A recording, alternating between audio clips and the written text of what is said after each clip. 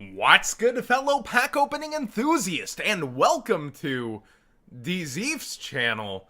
This intro felt a little different. Dzeeff is a good friend of mine, and has had my back when I've gone on trips with guest uploads, and he told me, John, I'm gonna be gone for 5 days, but I've only got 4 uploads. Can I borrow a cup of video? And I said, you know what, I have a conversation that I think is pretty interesting to bring to your audience, and that's kind of the evolution of the Ghost Girls, and then what the next Ghost Girls could actually be, because there's kind of 2 places that have been left out of this conversation with them. That being said, my name is House of Champions, aka House of Champs. Check me out. URL should be somewhere down below if you enjoy this conversation or talking about the market and how the cards kind of move. So, without further ado, let's jump into it. Ghost Ogre and Snow Rabbit was released in 2015, and realistically, hand trap metas have evolved so much further since then, where kind of before we had like Maxi dropping out of hands, Veiler, etc. Ghost Ogre kind of changed the game. She was punishing actions on the field, actually directly destroying things, taking them off the field, and punishing activations. And this comes in and out of formats because that destruction's not always going to be good. Typically, you'd rather kind of negate an effect, which is why Infinite Impermanence is so freaking good.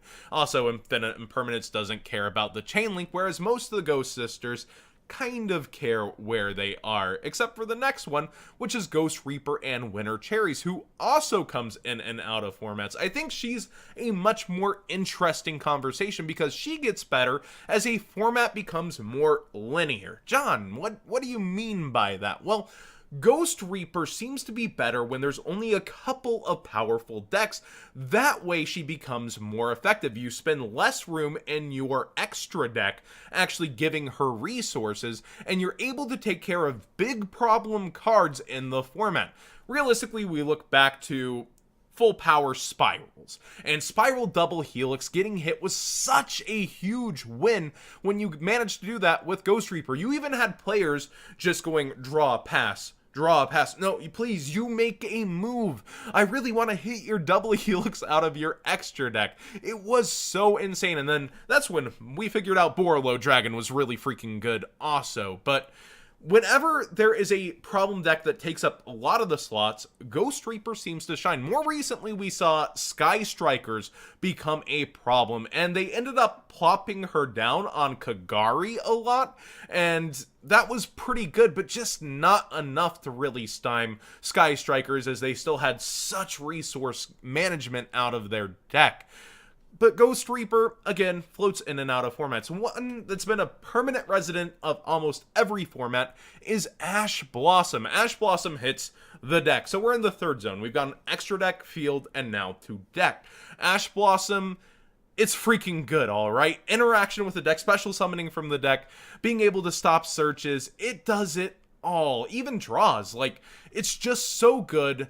And it hits such a range of things that the only way to really avoid her is to stack your chain links. Like maybe I make a Saryuja with a Dragon Dark in Thunder Dragons, and then I'm chain link 1 Saryuja, chain link 2 Dragon Dark. All Ash can end up hitting there then is Dragon Dark. But she is still amazing. Oh, we've also passed the fact that all these are tuners, so they have secondary uses that rarely come up. And then Ghost Belle goes for the graveyard, which has become the second best Ghost Sister, and she's kind of floated between side deck and main deck, and I don't think has really been too overlooked since she started to make meta appearances, especially since she stops Called by the Grave. Being able to stop cards that would affect the graveyard and, banish from graveyard is such a big boost, or special summon from the graveyard, so card like Soul Charge and Monster Reborn gets stopped by this also. She does a good freaking job at what she does, but all of these are once per turns, hard once per turns on their activations, where a card like Infinite Impermanence, as long as you don't control cards, is kind of its thing. So going second, Infinite Impermanence can just stack on the chain wherever. It doesn't care if a Dragon Dark's happening after Saryuja, you hit the Saryuja. It's kind of evolved past the Ghost Girls and given the purple cards something back. So where do the Ghost Girls go from here? How do we create a new Ghost Girl? I was talking to a friend, Master Dinnerflax, here on YouTube also during one of my Twitch streams, and he and I came to the conclusion that two remaining places are very interesting: the banish pile itself and the hand. I think there's a lot more potential for a ghost girl being able to take care of hands rather than anything else. And we're not talking like discard her, hit a card out of hand. I'm thinking more like being able to negate cards that would discard cards for activation, aka all the other Ghost Sisters. Well, Ogre does say send, I believe, but let's say it's able to stop any card that would discard or send a card from hand for cost as one of its effects. And then another effect could be cards that discard a card from your opponent's hand or something more specific.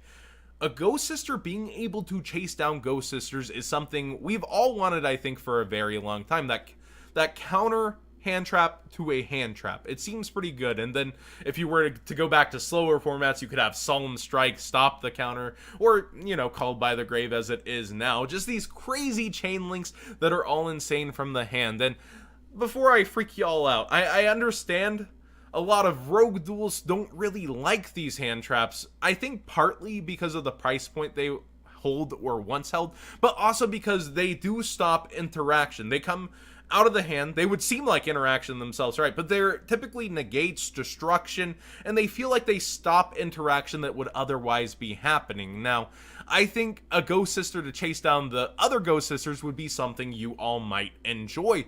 But at the same time, you have to keep in mind the danger that lies here. Ooh, dangers. Another discard from hand effect that could stop. Ooh, that segue. But definitely, I think there's a danger to stopping the checks and balances. Like, I think Ash Blossom personally is a very fair card. It's a hard once per turn, and it's going to stop something that would be searching. So sometimes that's a body on board or a field spell that's going to remain there anyways, and you might have to deal with that next turn, or they still get a resource out of it where you pitched a resource because that search would be so powerful for them. So being able to stop that and combo off scot free seems pretty painful. I like kind of where Psyframe Gear Gamma is at, and A, that you have to play a brick with driver, and then also B, you can't control monsters, so it's very limited in the hand traps that it would stop. And so it's appeared in a couple of metas, and moving forward we do have Lambda, which will allow it to activate just willy-nilly anytime monsters on the field bypass that restriction, and kind of maybe give me a little of what I'm asking for here. But I think the other cool interaction, if it negates the effects / destroys what it negates, the one that would affect the discard effects, is cards like the Nightmares that are in every single person's freaking extra deck would be able to also generically be stopping these effects. So they don't just get that free pop and draw. They don't get that free ability. You're going to be able to negate the effect that follows, and I think that also would be pretty cool because the Nightmares are a problem. The Ghost Sisters, it would just be so generically good. It would be interesting to see how it affects the hand trap meta that we've been dealt. Now, the Banish Pile one, I can't creatively think as much on the interactions of what it would be practical for the metagame itself. Like, maybe you could stop a card like, say, Pot of Desires, any card that would banish, mayhaps, but I'm not really thinking of the text as well as I would for the one that would actually affect the hands, because discarding is so common among cards, and I think that kind of effect would just be really interesting for Yu-Gi-Oh! So, thanks for watching so much.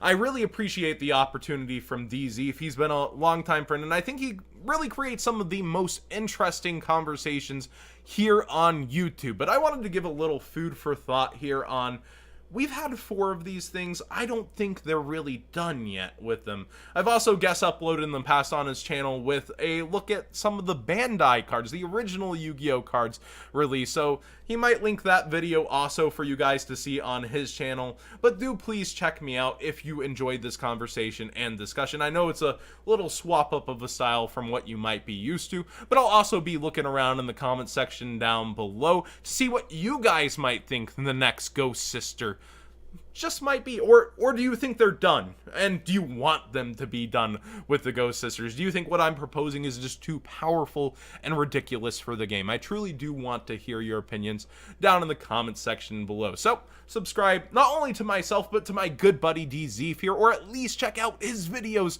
if you haven't already. I know that's weird in a guest upload, but you never know who might walk in on a channel, especially if you're a fan of my channel.